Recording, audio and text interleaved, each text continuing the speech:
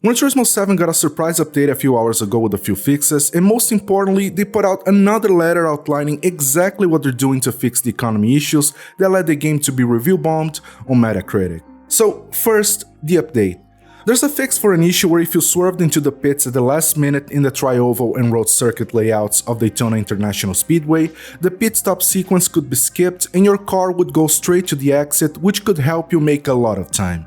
There was an issue where the game would crash when you entered a sport mode or lobby race. That's been fixed. For your profile in the game, there are two fixes. The first one fixes an issue where your stats for clean races, fastest laps, pole positions, and victories in the sport category of your profile would not display the correct number. This is one of the few issues I had, so it's good to see it fixed. The second issue was one where the value for the races statistic in the sport category in the profile section would show double the correct amount. This also has been fixed. Lastly, they fixed a rare issue where the game progression would reset if the game was started with an unstable internet connection. That's all as far as update and bug fixes go, so let's move on to the more important part of this update. So last week, Kazunori Yamauchi put out an quote-unquote apology letter following the server issues the game had and the reduction in credits earned per race.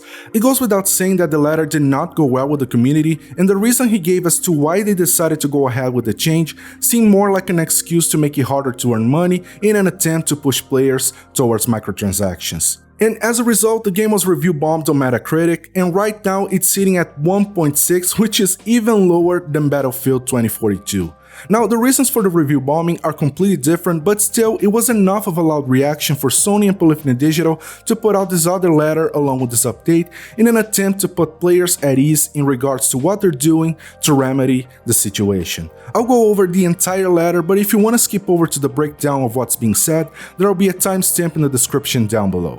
Dear Gran Turismo community, thank you for your continued support and feedback on Gran Turismo 7. Your voices have not gone unheard.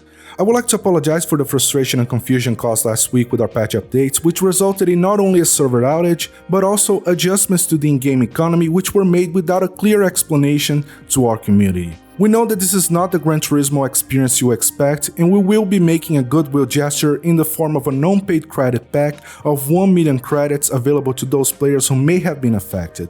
You will see this at your accounts shortly. Make sure you log into your game before April 25th to claim the credits. The patch update previously deployed was intended to rectify an issue with inconsistent reward payouts within a part of the World Circuit events, but to re-establish the intended equilibrium and provide more accurate rewards based on time investment and completion, it was necessary to recalculate the reward system as a whole. To improve the player experience, we'll be rolling out a considerable patch in the beginning of April. The number of events will be increased, and we'll reestablish the reward system with great balance throughout the game to benefit all players. Increase rewards in the events in the latter half of the world circuits by approximately 100% on average. Addition of high rewards for clearing the circuit experience in all gold or bronze results. Increase of rewards in online races. Include a total of 8 new 1-hour endurance race events to missions. These will also have higher reward settings. Increase the upper limit of non-paid credits in player wallets from 20 million to 100 million credits. Increase the quantity of used and legend cars on offer at any time. Beyond this, there will be a few additional patches deployed between now and the end of April, which will add new cars and course layouts and make some other fixes. Finally, we also want to take the opportunity to lay out some of the near-term updates we're working on. We can't confirm an exact date or specifics yet, but we'll give advance notice via the Gran Turismo website. Increase the payout value of limited time rewards as we develop as a live service. Further World Circuit event additions. Addition of endurance races to missions including 24-hour races. Addition of online time trials and awarding of rewards according to the player's difference with the top rank time. Make it so cars can be sold. We want to thank you for your continued patience and valuable feedback as we grow and evolve Gran Turismo 7 to make it as enjoyable and rewarding for as many players as possible. We always want to keep communication lines open with our community so that we can work together to build the best racing experience possible.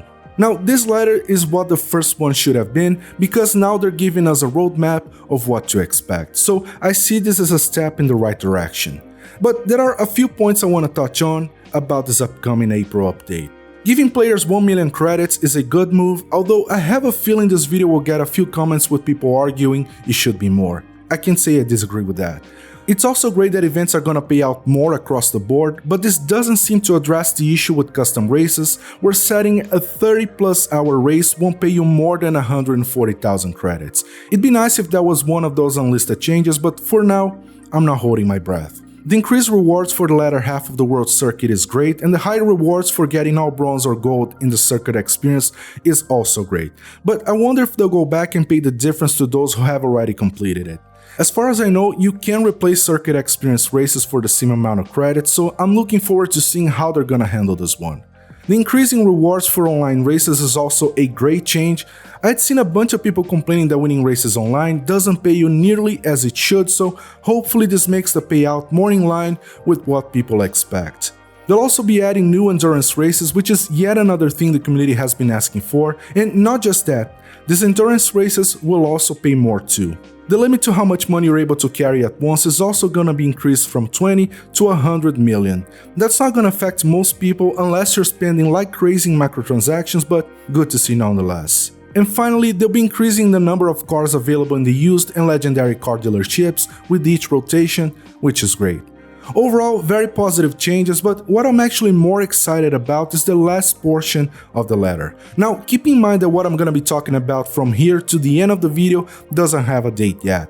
Apparently, they're working on a credit multiplier system as part of their live service push with the game.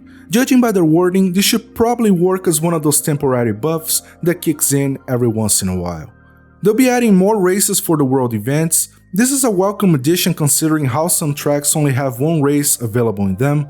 The game will also be getting 24-hour endurance races. This is the most exciting one out of this list for me personally. The only thing that's left to be confirmed is whether you'll be able to save your progress mid-race or if you need to do the entire thing in one go. It'd be nice to be able to save halfway through at the very least, but we'll see what they do with it. They're also bringing online time trials back, but this time with rewards that scale based on the difference between the top time and your time. And the cherry on top, you'll be able to sell your cars. Now, don't get too excited just yet, cause we don't know for how much we'll be able to sell them. There's a chance your cars will be bought for a ridiculously low amount. Now, the ideal situation would be to have the reverse of how the used car dealership works. Like Kazunori has said in his previous letter, the pricing of the cars are meant to reflect the pricing in real life. If you really meant what he said, then you should be able to sell your car for however much it would cost you to buy the same car in the used car dealership. And to wrap things up, they also confirmed that new cars and track layouts are coming with this April update. They said track layouts, not new tracks, so don't expect new tracks right now. Anyways, that's all I have for this one. Hit the like button, subscribe to the channel, and I'll see you all on the next one.